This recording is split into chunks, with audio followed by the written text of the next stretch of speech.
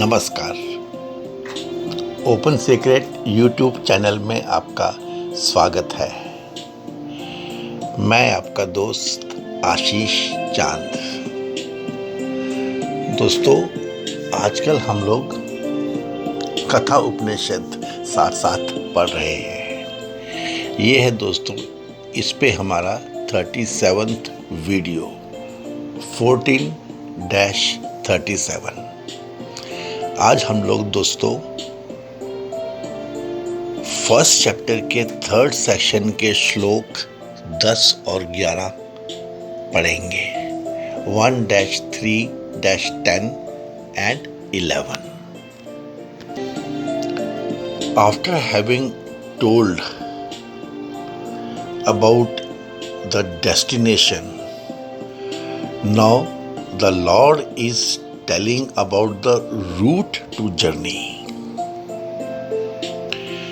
यमराज नचिकेता को बता रहे हैं कि वहाँ पहुँचने के लिए कहाँ से होके गुजरेगी तेरी जर्नी। इस सफ़र के मेजर माइलस्टोन्स क्या हैं, स्टेशंस क्या हैं। ऐसे हैं दोस्तों ये 2 श्लोक 1-3-10। इंद्रियेभ्यः परा ह्यर्था अर्थेभ्यश्च परम मनः। मनसस्तु परा बुद्धिर्बुद्धेरात्मा महान परा। कहते हैं इंद्रियेभ्यः परा ही अर्थः। Beyond the senses are the sense objects. अर्थेभ्यः च परम मनः। Beyond these objects is the mind. मनसः तु परा बुद्धिः।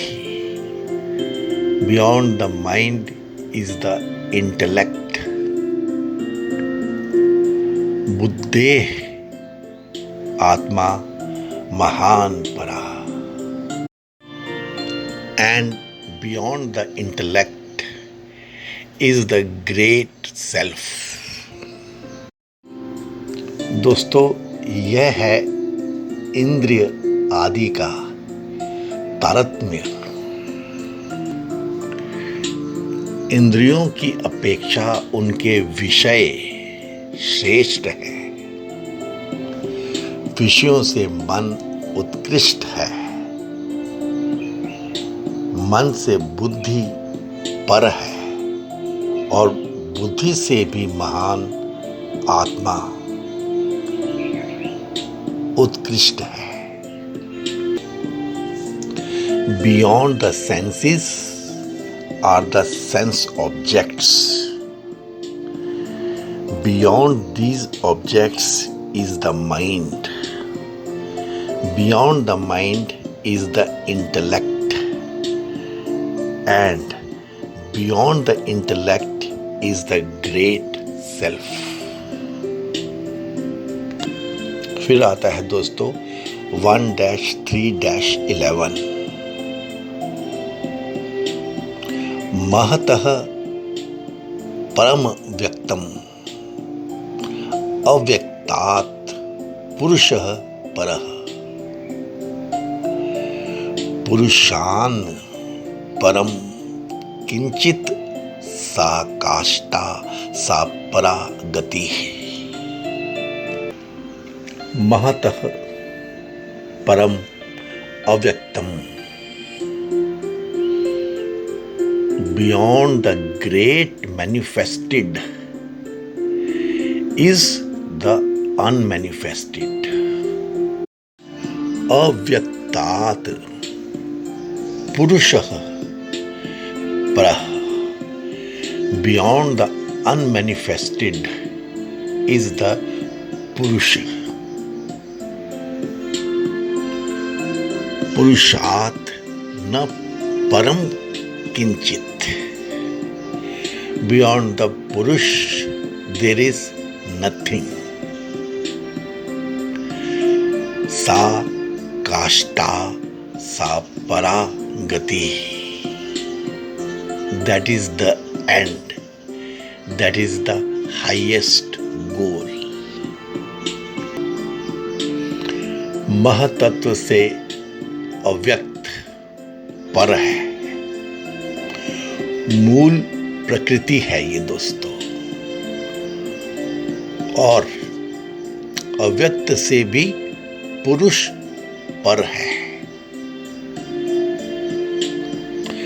पुरुष से पर और कुछ नहीं है, वही सूक्ष्म तत्व की हद है, पराकाष्ठा है, वही परा है, वही उत्कृष्ट है, वही गति है। Friends, the fineness, the subtleties are being shown from grossest to the finest. Beyond the great Mahat is the unmanifested Avyaktam. Beyond the Avyaktam is the Purusha. Beyond the Purusha there is nothing. That is the end. That is the highest goal. Simple है। आप लोग तो कितने ज़्यादा evolved हैं, कितने ज़्यादा informed हैं, हमें तो दोस्तों ये साफ साफ समझ में आता है कि ऐसा ही है रास्ता, ऐसे ही है फाइननेस की एक से अंदर एक सूक्ष्मता। क्या रियली में हमें समझ में आता है? ऐसा तो नहीं है। This over information is the sole cause that has kept us away from the goal. चलिए दोस्तों, थोड़ा सा ओपन सीक्रेट की जो भाषा है, जो हमारा वेट रहता है हमेशा, जो हम असर्ट करते रहते हैं हमेशा, उस भाषा में भी इसे जान लें। सबसे पहले दोस्तों, नचिकेता को धर्मराज ने बताया, और कब बताया? जब अभी सतयुग भी शुरू नहीं हुआ था। जैसे हमने योग दर्शन, पंचकोश आदि पढ़े, समझे, भारत की लीनिएज को समझा, तो दोस्तों सबसे पहला पॉइंट तो यही निकल के आता है कि Devas knew it and they had to give it to the people. Story के फॉर्म में ही सही।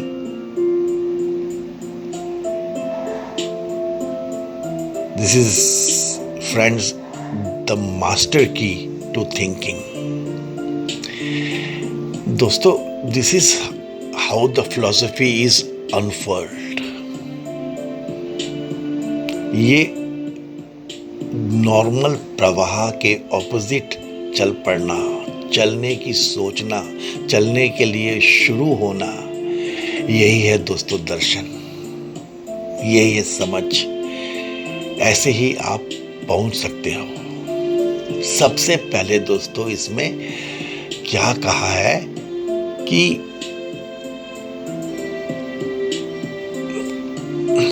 इंद्रियां जो हैं ये ग्रॉसेस्ट हैं, हमारे सेंस ऑर्गन्स ग्रॉसेस्ट हैं, और इनसे फाइनर हैं, इनसे सटल हैं, इनसे सूक्ष्म हैं सेंस ऑब्जेक्ट्स, इंद्रियों के विषय। यहाँ तो दोस्तों शुरू में ही कुछ समझ नहीं आता। The sense objects are subtler than the senses.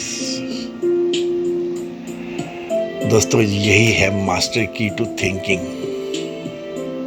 यही है secret clue to the absolute. Please know Devas gave it to man in the very beginning. Can there be any other better professionalism? दोस्तों 21 साल के आपके आशीष चांद ने जब इस 2 रुपए की कठोपनिषद में आज से 45 साल पहले इस श्लोक को पढ़ा, यू कैन इमेजिन मुझे क्या हुआ होगा। I was so much amazed by the depth and the clarity therein that I cannot tell you. I carry the feeling even till date. So much so, when I wrote my novel, maybe 20 years after that, the Swami, I carried this shlok into that novel. इतना दोस्तों मैं इससे amaze हुआ था। The sense objects, जो विषय हैं, जो ये ब्रह्मांड है जो हमारी तरफ चारों तरफ फैला हुआ, ये मेज, ये कुर्सी, ये घर, ये कार, ये पेड़, ये सब हमारे सेंसेस से सूक्ष्म है, हमारी सेंसेस ग्रॉस है इनसे। Sure there is some difficulty in understanding the opening statement that the sense objects are subtler than the sense organs themselves. ये जो मॉडर्न साइंस है, ये जो हमारी मॉडर्न इवॉल्व्ड प्रोफेशनल्स हैं, हमें ये चीज़ दोस्तों समझ नहीं आ सकती है। How can the phenomena of eye be grosser than the phenomena of what it sees. ये पेड़ पौधे, ट्रेन, हवाई जहाज, मकान, बिल्डिंग, मॉल, ये तो श्योर आई से सूक्ष्म नहीं हो सकते। बट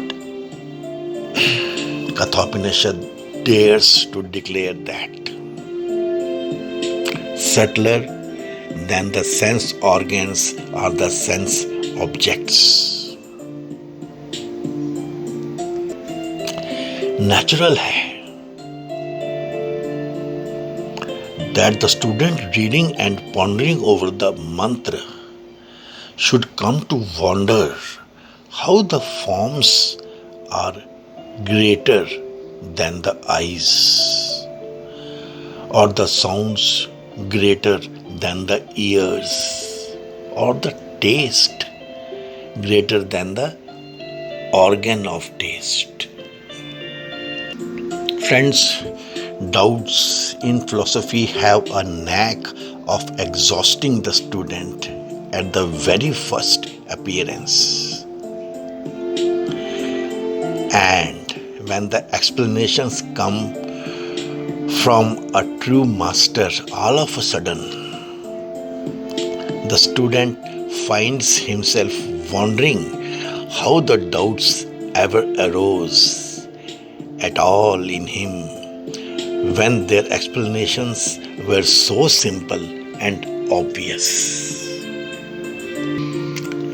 दोस्तों, जितने भी हमारे आचार्य, गुरु, प्रवचन बताने वाले शास्त्री हुए हैं ना, वो इसको एक मत से मानते हैं कि ऐसी 2 वर्सेस हमारे शास्त्र में तो और कहीं मिलती नहीं।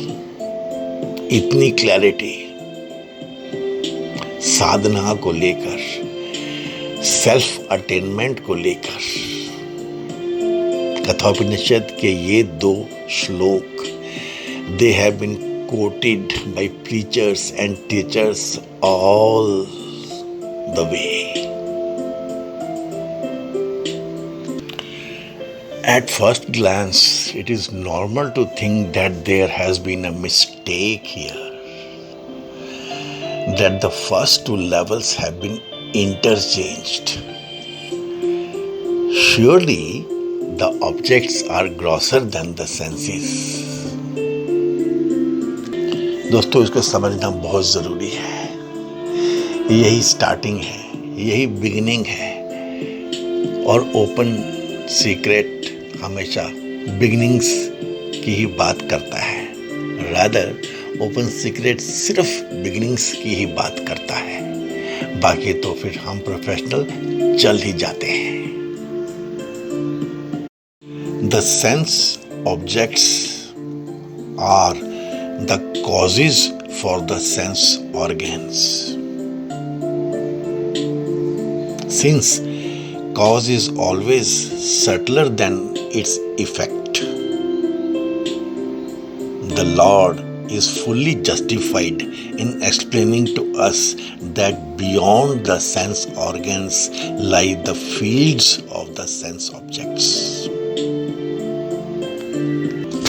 दोस्तों, cause तो इफेक्ट की मदर ही होती है ना। ज़्यादा पढ़ी लिखी है वो, ज़्यादा सूक्ष्म है, ज़्यादा गहराइयों को समझती हुई है। शास्त्र की भाषा में जो सेंस ऑब्जेक्ट्स हैं, ये कॉज हैं हमारे सेंसेस के, इंद्रियों के। तो ये हैं जो इंद्रियां हैं, ये इनसे ग्रॉस हैं। ये जो दोस्तों ग्रॉसनेस या जो सूक्ष्मता है ना, ये 3 चीज़ों से शास्त्रों में स्टडी की जाती है। सूक्ष्मतरम, subtlety, higher is subtler than the lower.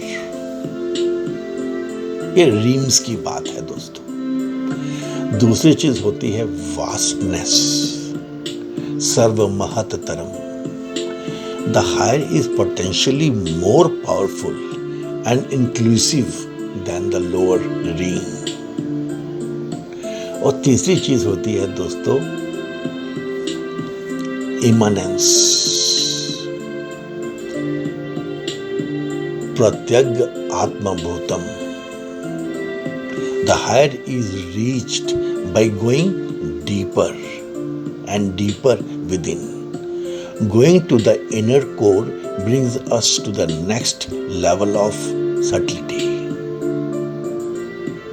और लेवल्स हैं दोस्तों, पहला हो गया इंद्रिया, दूसरा हो गया अर्थ, सेंस ऑब्जेक्ट्स, तीसरा हो गया मनस, द माइंड, रैंडम थॉट्स, चौथा हो गया बुद्धि, द इंटेलेक्ट, ऑर्गेनाइज्ड थॉट्स, पांचवा हो गया महत, ग्रेट सोल, टोटल इंटेलेक्ट, हिरण्यगर्भ, छठा हो गया दोस्तों प्रकृति, अनमैनिफेस्ट, समस्थि, कारण, आकाश, माया, और सातवां दोस्तों परम पुरुष, द सेल्फ, ब्राह्मण, सुप्रीम कॉन्शियसनेस। तो दोस्तों ये है एक के सूक्ष्म एक, आगे से आगे, आगे से आगे, आगे से आगे। दोस्तों जो ये 1 से 8 की तरफ चलना है ना दोस्तों, ये एक जर्नी है, और 8 से 1 की तरफ वापस चलना ये एक जर्नी है। पहली जर्नी को हमारी शास्त्रों में कहा गया है अध्यरूपा। It is a theoretical superimposition. It is represented from 1 to 8। और दोस्तों ऐसे ही एक रिटर्न जर्नी भी है विच इज कॉल्ड अपवाद. It is from 8 to 1. It is the intellectual D super imposition. ये जो 3 क्राइटेरिया बताया गया दोस्तों, इसमें से अगर हम पहले सूत्र की पहली डेफिनेशन को समझें तो जो ये सटलिटी है ना, the sense organs are an assemblage of the sense objects that makes the senses effects of the objects, which means the senses are lower in the hierarchy than the objects. The objects have to be considered subtler when seen in this manner. जो दूसरा aspect था vastness का, इससे समझे the sense objects are clearly far greater in number and size than the senses. Besides, the sensory range of the stimuli they emit is vaster than that picked up by the senses. जो ये हमारी senses हैं, ये तो एक range में ही दोस्तों सुन पाती हैं, समझ पाती हैं, पढ़ पाती हैं, देख पाती हैं, ये तो हमको पता ही है. और यदि हम इमेनेंस से समझें इसको, the sensory stimuli from the objects pervade the senses. Without the stimuli from the objects the senses would have no work to do. Hence the objects form the core of the senses and are subtler. दोस्तों ये ज्ञान beginning है समझ को समझाने का, समझ में आगे बढ़ने का. उसके बाद तो दोस्तों सब बहुत सिंपल हो जाता है. Sense objects to the mind, कितना इजी है दोस्तों. फिर mind to the intellect, beyond the mind is the intellect. And beyond the intellect is the great self. From intellect to Mahat or total intellect. This is the chain, the milestones, the stations of our journey, friends. The total intellect is the concept of God principle. Here, the intellect stands for the entire inner instrument, the Antakaran. It must certainly be obvious to us now that the total intellect is certainly subtler than the individual intellect. और दोस्तों फिर अगले सूत्र में ही इसे लेके गए हैं, from total intellect to the unmanifest प्रकृति. बियॉन्ड द ग्रेट महत इज द अनमैनिफेस्टेड अव्यक्तम. The cause of this manifested world is प्रकृति. फ्रॉम प्रकृति अराइजेस हिरण्यगर्भ और Mahat. Hence all the conditions necessary to prove that Prakriti is Param compared to Mahat are met. Prakriti is like the seed from which the whole tree grows. ये जो शब्द है ना दोस्तों, ओत प्रोत, is used to describe the role of Prakriti. पूरा ब्रह्मांड प्रकृति से ओतप्रोत है. दिस डिस्क्राइब्स द वास्टनेस और the subtlety of the prakriti. और फिर कहा गया है beyond avyaktam is the purusha. From the unmanifested to the supreme self, param purusha. Here, we come to the ultimate causeless cause of everything. The Purush is the subtlest level, the vastest and the innermost core of everything in creation. और दोस्तों, यमराज ने तो साफ साफ बता दिया है कि बेमतलब ज़्यादा सोचने से कंफ्यूज होना या ये जो होता है कि बार बार रिग्रेशन में पढ़ना, इसकी ज़रूरत नहीं है। बता दिया है beyond that there is nothing. It is the substratum of all objects created, gross और subtle. The self is the culmination of subtlety.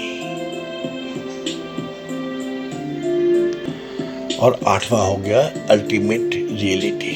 खत्म, सब कुछ खत्म। जो हमारी फाइनल प्लेस है ना दोस्तों रेस्ट करने की, द एब्सोल्यूट, जो जिसे हम कहते रहते हैं, वो हमारा इनर सेल्फ है दोस्तों, द अल्टीमेट रियलिटी। ये सटलिटी को समझने के लिए दोस्तों परवेसिवनेस से भी आप इसे समझ सकते हैं दोस्तों। ये सॉलिड, लिक्विड, गैस का जो हमारा बेसिक एग्जाम्पल होता है, इससे भी समझ सकते हैं। Gas is subtlest because it occupies all the space available to it. ये दोस्तों बहुत तरीके से हम समझ सकते हैं। आप लोग तो फिर प्रोफेशनल हैं, इसे समझ ही जाएंगे दोस्तों। हम लोग जो है ना दोस्तों मॉडर्न युग के हाईली एजुकेटेड, हाईली इवॉल्व्ड, ये हम लोगों के लिए ही तब लिख दिया गया है। वी कीप ऑन वॉन्डरिंग, क्या ये जो पुरुष तत्व है यही सबसे सुप्रीम है? इससे आइडेंटिफाई करके क्या हम स्टेट ऑफ सुप्रीम परफेक्शन और पीस तक पहुंच जाते हैं? हमारे लिए ही, हमारे ही ऐसे डाउट्स को सबड्यू करने के लिए, ये सब वेग डाउट्स को नष्ट करने के लिए, and to rewind all the loose ends into one chord.